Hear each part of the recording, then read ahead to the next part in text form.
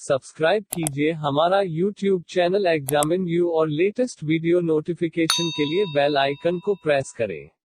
नमस्कार मित्रों, आपका बहुत बहुत स्वागत है हमारे चैनल एग्जामिन यू में, लर्निंग टुडे लीडिंग टुमारो। तो दोस्तों, अभी आपने हाल ही में एक खबर सुनी होगी कि आर्कटिक के ऊपर बना हुआ ओजोन क्षेत्र जो कि कवर हो गया। मतलब क्या हुआ कि आर्कटिक सर्कल के ऊपर, उत्तरी ध्रुव के ऊपर अभी हाल ही में एक ओजोन छिद्र बन गया था। ओजोन छिद्र बन रहा था, करीबन 1 मिलियन स्क्वायर एरिया का ओजोन छिद्र था। तो ऐसी खबर आ रही है कि उसने अपने आप को कवर कर लिया है, मतलब ओजोन परत ने अपने आप को असामान्य प्राकृतिक दशाओं के कारण भर लिया है। तो अब ये वास्तव में हुआ क्या, क्योंकि ओजोन परत हमें पता है हमारे लिए बहुत ज़रूरी है, जो कि पराबैंगनी किरणों, अल्ट्रावायलेट रेज़ को पृथ्वी पर आने से रोकती है। और ओजोन छिद्र भर गया है तो बहुत अच्छी बात है हमारे लिए। लेकिन इसको लेकर एक बहुत बड़ा कन्फ्यूज़न सभी स्टूडेंट्स में, एक बहुत बड़ा मिसकंसेप्शन घूम रहा है। वो क्या कि बहुत से लोग बोल रहे हैं कि ऐसा कोरोना वायरस के कारण हुआ है। तो क्या वास्तव में ऐसा कोरोना वायरस के कारण हुआ है, और वास्तव में क्या हुआ है, क्या नहीं हुआ है, इन सारी चीज़ों को बताने के लिए आज मैंने सोचा कि मैं आपको ओजोन लेयर जो अपने आप को हील कर रही है उसके ऊपर आपके लिए एक वीडियो बनाऊँ। ठीक है, तो फिर देखिए, शुरू करते हैं। सबसे पहले मैं आपके लिए एक इमेज दिखाता हूँ, आपको दिखाई दे रही होगी।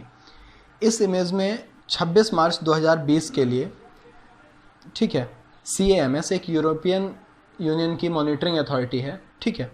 उन्होंने क्या बताया कि 26 मार्च 2020 के लिए इस तरीके से ओजोन होल का फॉर्मेशन शुरू हुआ, ठीक है। ओजोन होल का फॉर्मेशन, ये जो आपको ब्लू ब्लू दिख रहा होगा फर्स्ट फिगर में, मार्च 26 2020 वाले में, उसमें जो ब्लू ब्लू पोर्शन है, ब्लू वाला पोर्शन, ये ओजोन होल का फॉर्मेशन शुरू हुआ, ठीक है। तो उन्होंने यह सूचना जारी की, किसने? CAMS, मतलब कॉपरनिकस एटमॉस्फेयर ऑब्जर्वेशन सर्विसेज, ठीक है। इन्होंने क्या बोला कि ओजोन लेयर में आर्कटिक सर्कल के ऊपर एक छेद हो रहा है, ठीक है। उसके बाद 26 अप्रैल 2020 के लिए इनकी एक रिपोर्ट आई जिसमें इन्होंने बोला कि ओजोन लेयर ने खुद ही असामान्य प्राकृतिक दशाओं के कारण उस छेद को भर लिया है, ठीक। तो अब इसमें हुआ क्या, ये चीज़ देखिए, मैं आपको पहले समझाऊं कि वास्तव में कौन से ओजोन होल की बात हो रही है और क्या है, ठीक है। तो देखिए बोर्ड पर, ये हमारा ग्लोब है। ये क्या है? ग्लोब, यानी ये हमारी पृथ्वी है।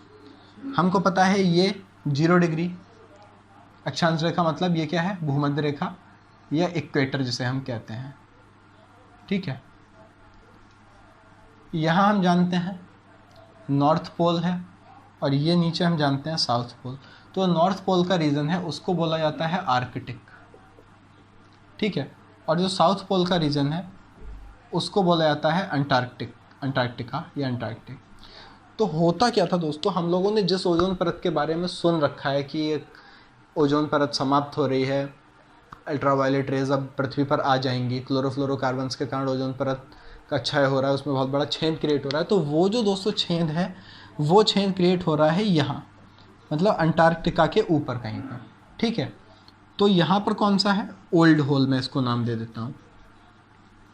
बट जिसकी बात अभी कॉपरनिकस वालों ने की है, उन्होंने क्या बोला है कि आर्कटिक के ऊपर एक छेद बन रहा है यहाँ कहीं पर।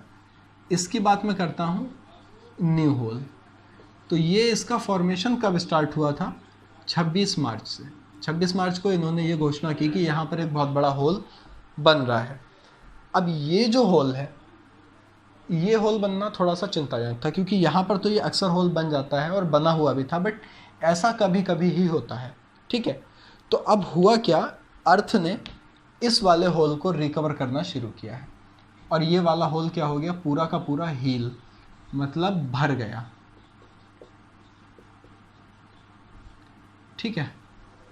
अब बहुत से लोग बोल रहे हैं कि ये इसलिए भर गया कि कोरोना वायरस के कारण पूरे विश्व में लॉकडाउन है, जिस कारण प्राकृतिक दशाएं बहुत सुधरी हैं, प्रदूषण बहुत कम हुआ है, क्लोरोफ्लोरोकार्बन्स और कार्बन मोनोऑक्साइड, अदर जो भी पॉल्यूटेंट्स हैं, उनका उत्सर्जन काफ़ी कम हो रहा है, जिसके कारण प्राकृतिक दशाएं बदली और ये जो होल है हमारा वो भर गया।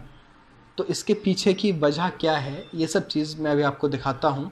आप देखिए इस इमेज में, देखिए क्या लिखा हुआ है। कॉपरनिकस एटमॉस्फेयर ऑब्जर्वेशन सर्विसेज ने ओजोन छेद पर निगरानी कर रहे वैज्ञानिकों ने घोषणा की कि उत्तरी ध्रुव में बना ओजोन छेद अब पूरी तरह से बंद हो गया है। तो ये तो बात हो गई कि वो छेद अब पूरी तरह से बंद हो गया 26 मार्च को। उन्होंने बताया कि 1 मिलियन वर्ग किलोमीटर में फैली ओजोन परत में सबसे बड़ा छेद था, असामान्य वायुमंडलीय परिस्थितियों के कारण बंद हो गया, जिसकी पुष्टि मार्च 2020 में की गई थी। इस छेद के बंद होने की पुष्टि कॉपरनिकस क्लाइमेट चेंज सर्विसेज और कॉपरनिकस एटमॉस्फेरिक मॉनिटरिंग सर्विसेज द्वारा European centre for medium range weather forecast ECMWF इन्होंने की थी।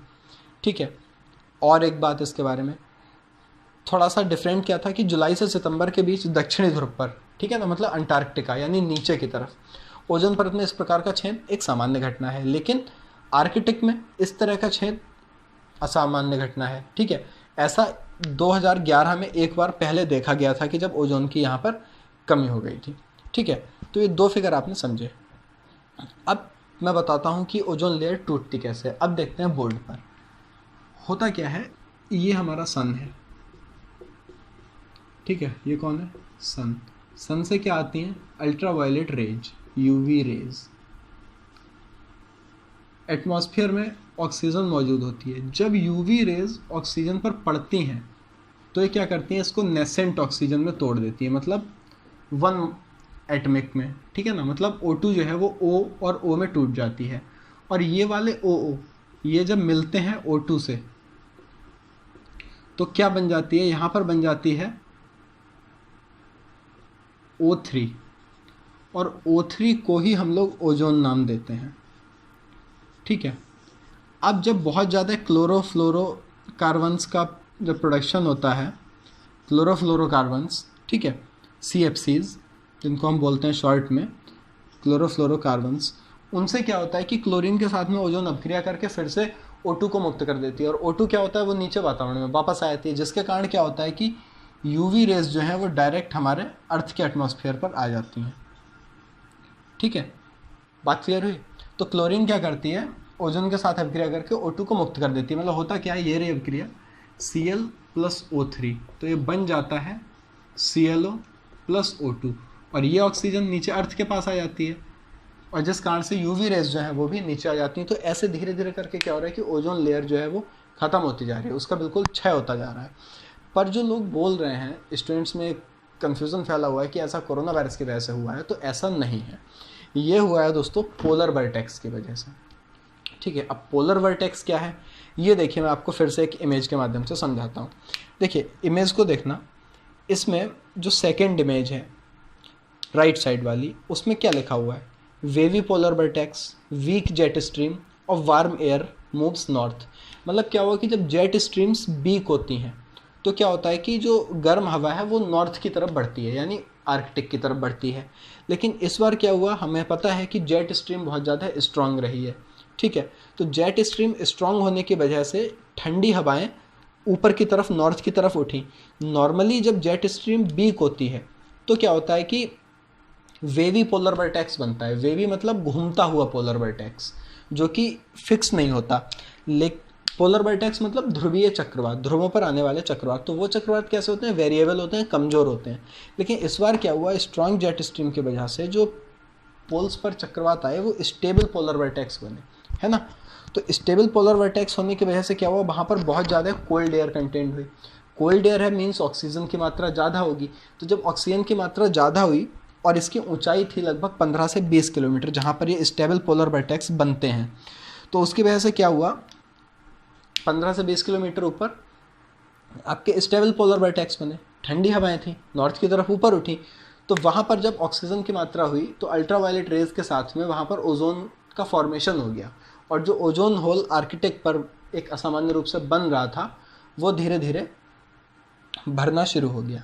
ठीक है, तो यह रीज़न था जो मिसकंसेप्शन फैला हुआ था, एक कन्फ्यूज़न फैला था कि ऐसा कोरोना वायरस के कारण जो लॉकडाउन चल रहा है उसमें प्राकृतिक कंडीशन सुधरी हैं, बिल्कुल सुधरी हैं, लेकिन इतनी भी नहीं सुधर गई कि प्रकृति अपने आप को बिल्कुल संवार ले या ओजोन लेयर दोबारा से फॉर्म होने लगे।